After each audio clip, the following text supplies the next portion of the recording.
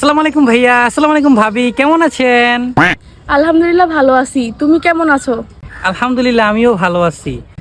আচ্ছা ভাবি, আপনার যে বোনটা খুব সুন্দর, খুব কিউট, আপনি কিন্তু চাইলে আমার কাছে বিয়ে দিতে পারেন। আমার মতো ছোটখাটো মানাই তো। কি বলো, আমার তো কোনো ছোট বোনই নাই। কি বলেন ভাবি? কালকে দেখলাম জিয়াউদ্দান ভাইয়া একটা সুন্দরী মেয়ে নিয়ে বসে আছে, ওকে আইসক্রিম খাওয়াচ্ছে খুব আদর করে। আমি জিজ্ঞেস করলাম সে কে, বললো তোমার ভাবির ছোট বোন। আর আপনি বলছেন ভাই, কেমনে কি?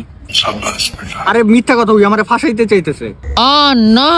দেখছেন ভাবি, কোন মেয়ে নিয়ে জানি ঘুরছে, অপরাধ করছে, আবার আমারে বলে আমি নাকি ফাঁসে যেতেছি। আমি চলে যাই। এই না না, তুমি যাইও না। ভাবি, আমার মনে হয় সে অন্য একটা মেয়ের বিয়ে করছে। হ্যাঁ, আর ওই মেয়েটা মনে হয় ওর দ্বিতীয় বউয়ের ছোট বোন। না হয় শালি বললো কেন?